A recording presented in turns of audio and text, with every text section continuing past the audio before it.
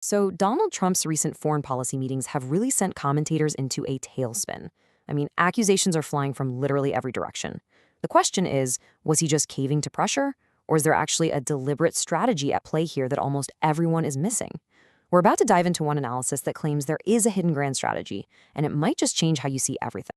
And that's really the big question, isn't it? Sellout or takeover? Depending on who you talk to, Trump either completely abandoned his base or he just executed a brilliant next-level strategic pivot. The source we're looking at today makes a pretty bold claim that what we've all been watching wasn't a surrender at all, but the first major test of a radical new American foreign policy. All right, so what kicked this whole thing off? Well, after Trump held meetings with leaders from Ukraine and Israel, the political commentary world just exploded. You had pundits from every corner rushing to tell you what it all meant, and their conclusions could not have been more different.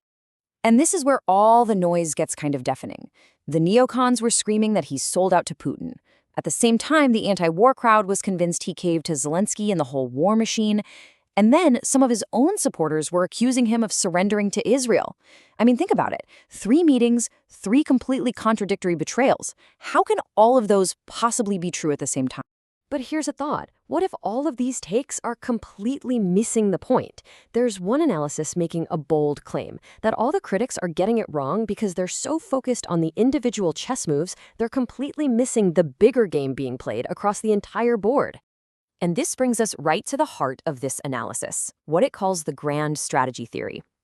The whole idea is that these actions, which look so contradictory and random on the surface, aren't random or weak at all. They're actually being guided by a single, coherent vision for America's role in the world. So, where is this supposed grand strategy laid out? Well, the analysis points to one specific document as the master key to unlocking all of this, the 2025 National Security Strategy, or NSS. And the argument is that this isn't just some dusty government paper. No, this is the playbook, and Trump is running the plays exactly as they're written. Okay, check this out. This one quote from the NSS, it just completely flips the script on that meeting with Ukraine. The analysis argues that when Zelensky showed up asking for basically a blank check on security guarantees, Trump was operating directly from this playbook. The goal? Negotiate a cessation of hostilities and end the reality of a perpetually expanding NATO. So from this point of view, it wasn't about caving, it was about executing the plan. Now, to really get this new strategy, you have to understand what it's trying to replace. The source has a name for it, the British post-war world. The theory is that since 1945, the US has basically been the muscle for an old globalist order. One that benefits international elites but traps America in one endless conflict after another and just drains its economic strength. Okay, so that's the theory. But how does this grand strategy actually play out in the real world? Let's take a look at how this whole idea reinterprets Trump's recent high-stakes meetings and transforms them from what people called sellouts into what the source calls calculated power plays. This slide just lays it all out, side by side. It's fantastic. On one side, you have the accusation Trump caved to Zelensky and totally surrendered to Netanyahu. But the NSS interpretation, according to this source, flips that completely on its head. It claims he enforced his strategy on Ukraine by pushing for an end to the war, and he asserted American dominance over Israel, essentially ripping it off the geopolitical chessboard where it could be used by other powers to start even bigger wars. And the analysis gets super specific about the message allegedly sent to Netanyahu. The claim is that Trump made it crystal clear. First, the U.S. is now in charge of dealing with regional threats like Iran. Second, he put distance between the U.S. and Israeli policy on the West Bank. And third, he asserted America's right to work with other players in the region, like Syria and Turkey, whether Israel likes it or not. So, here's the bottom line. The source argues that the entire foreign policy is shifting. The whole idea is to move away from playing the world's policeman, managing a global empire and its permanent wars, and instead start treating other countries as sovereign partners for straight-up bilateral business deals based on mutual interest. All right, so what's the proof that any of this is actually having an impact? Well, the source argues the most compelling evidence isn't in Washington. No, to find it, you have to look for the reaction. And boy, did they find one, coming right out of London. The smoking gun, according to this analysis, is a specific session in the British House of Lords. It happened on December 11th, right after the national security strategy was released.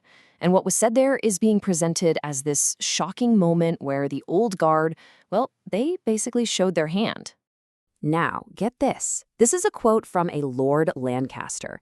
He basically tells his peers, hey, don't worry about the president's strategy, saying NSS's come and go. He then points to where he thinks the real power is, in what Congress passes. And he even cites a recent defense bill that pumped more money into European defense, an action that goes directly against the president's stated goals. I mean, the source interprets this as just a jaw-dropping admission. It's seen as a declaration of a counter-strategy, an open plan to activate their established networks inside the U.S. Congress, these Trojan horses, to just bypass the president's entire agenda and keep the old system running on autopilot. But here's the thing. According to this theory, this whole foreign policy shakeup, it's only half the story. The source claims it's directly tied to an even bigger, more ambitious goal, a complete economic revolution right here at home.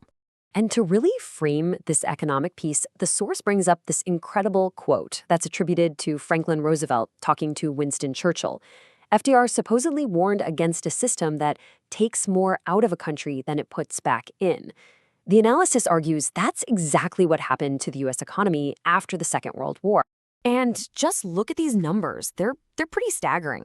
Back in 1950, almost a third of the U.S. population, 31%, worked in manufacturing. Today, that number has just plummeted to 8%. The source presents this as the direct, predictable result of that post-war system, which basically stripped America of its industrial power. So you might be asking, how do you even begin to fight a trend like that? Well, the source argues that something like tariffs, it's not just some random policy. It's a targeted weapon, specifically designed to reverse this massive 75-year trend and start rebuilding America's industrial independence. So is any of this actually working? Well, the source points to data like this one as proof that, yeah, something is happening. 136. That's the number of new factories that broke ground in the United States in the single month of November 2025. That's presented as real, concrete evidence that the strategy is paying off. So, when you take a step back and put all the pieces together, the grand strategy theory is pretty clear. What we're seeing isn't chaos. It's a deliberate, calculated dismantling of the entire post-war system.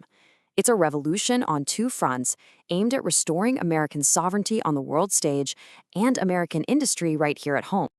And all of this really leaves us with a huge question, doesn't it? In this world of constant 24/7 news cycles, how do you distinguish a real underlying strategy from all the political noise that's just designed to distract us? It's definitely something to think about the next time a big political story breaks.